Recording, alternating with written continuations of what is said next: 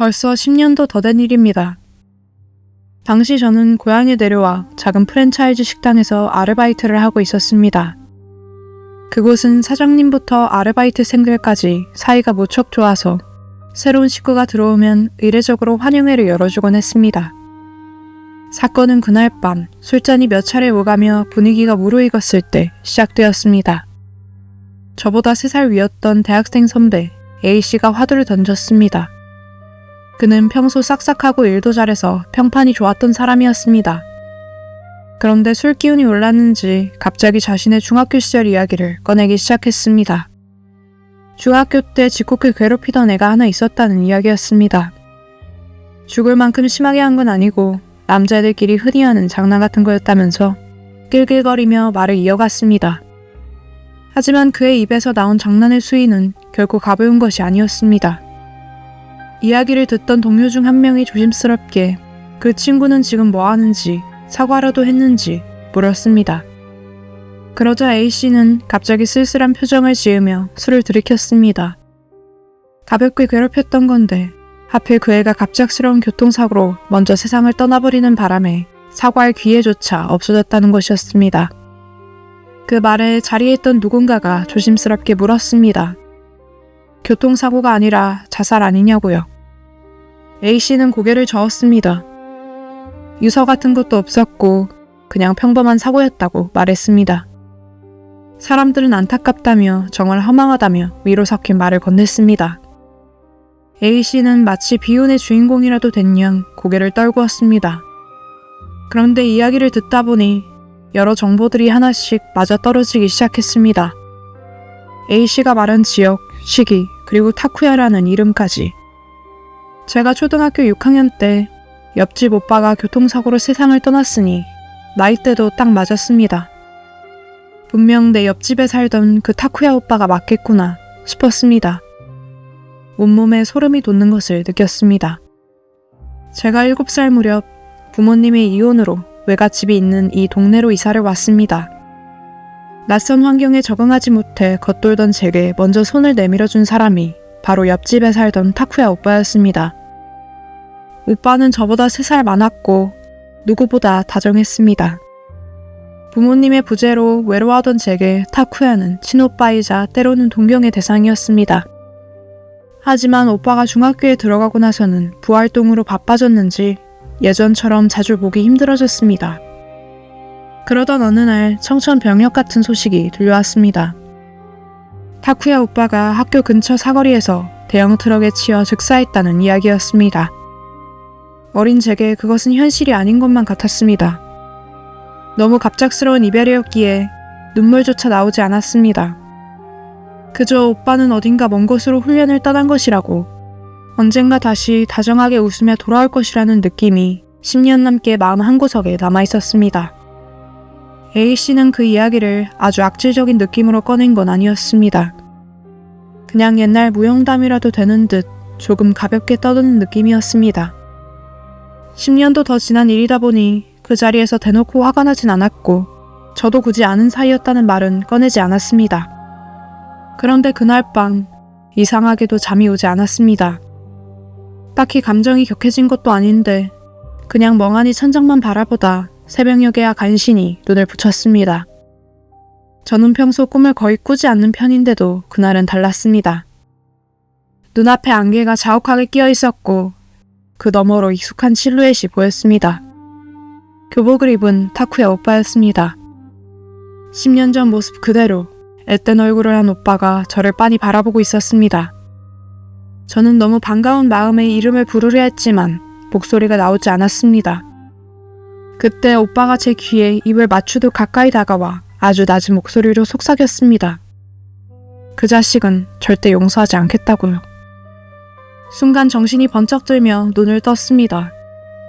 심장이 터질 듯이 뛰었습니다. 단순히 A씨의 이야기를 들어서 꾼 심리적인 꿈일까요?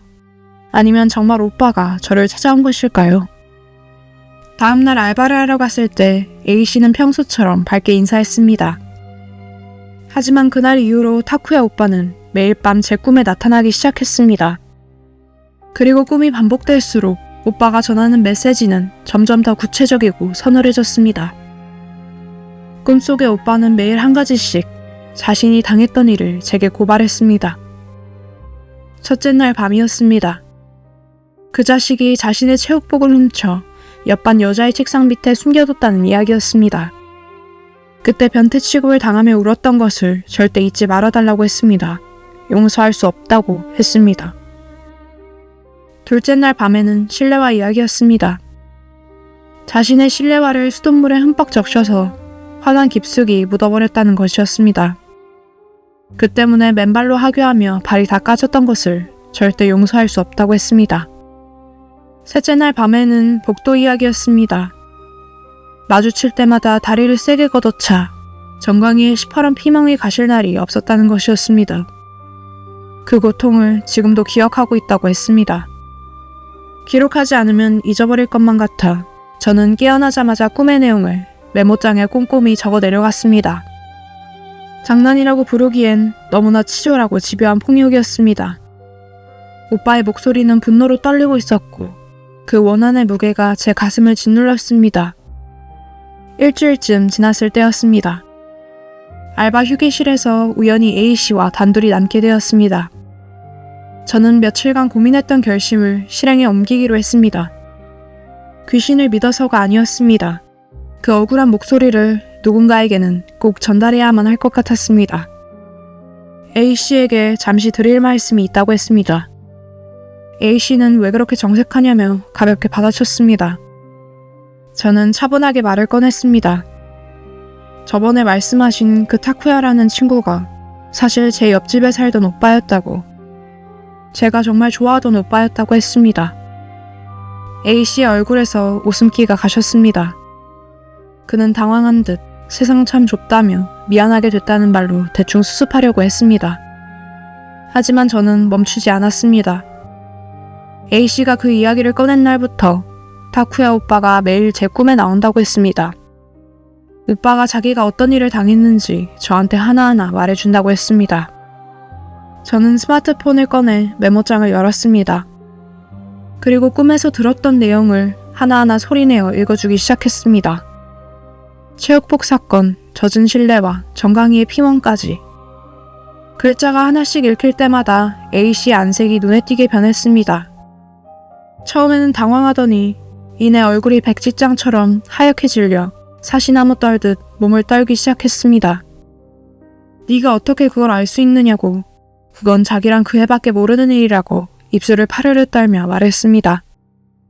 저는 마지막 쐐기를 박듯 꿈속에서 오빠가 했던 마지막 말을 전했습니다. 오빠가 지금 제 뒤에 서서 말하고 있다고, 너만은 절대 용서하지 않겠다고.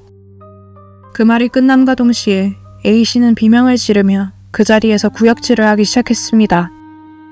얼마나 심하게 토를 했는지 휴게실 바닥이 엉망이 되었고 소란을 듣고 온 사장님과 직원들이 그를 부축했습니다. A씨는 넋이 나간 사람처럼 헛것을 보는 듯 허공을 향해 손살을 치며 울부짖었습니다. 그날 이후 A씨는 알바를 그만뒀습니다. 며칠 뒤 짐도 챙기지 않은 채 야반도주하듯 방을 빼고 동네를 떠났다는 소문만 들려왔습니다. 그가 정말 귀신을 본 것인지 아니면 죄책감에 무너진 것인지 알 수 없습니다. 신기한 것은 그날 이후로 타쿠야 오빠가 더 이상 무서운 말을 하지 않게 되었다는 겁니다. 여전히 가끔 꿈에 나타나긴 하지만 이제는 예전처럼 동네 어귀에서 저를 기다려주거나 다정하게 제 머리를 쓰다듬어 주던 어린 시절의 모습으로 나옵니다. 저는 지금도 가끔 그 메모장을 열어봅니다. 죽은 자는 말이 없다고들 하지만 어쩌면 그들은 가장 가까운 사람의 목소리를 빌려 자신의 진실을 말하고 싶어 하는지도 모릅니다. A씨가 떠난 후 제 고향의 노을은 유난히 붉고 평화로웠습니다. 마치 타쿠야 오빠가 이제야 비로소 편히 쉴 수 있게 되었다고 말해주는 것처럼 말입니다.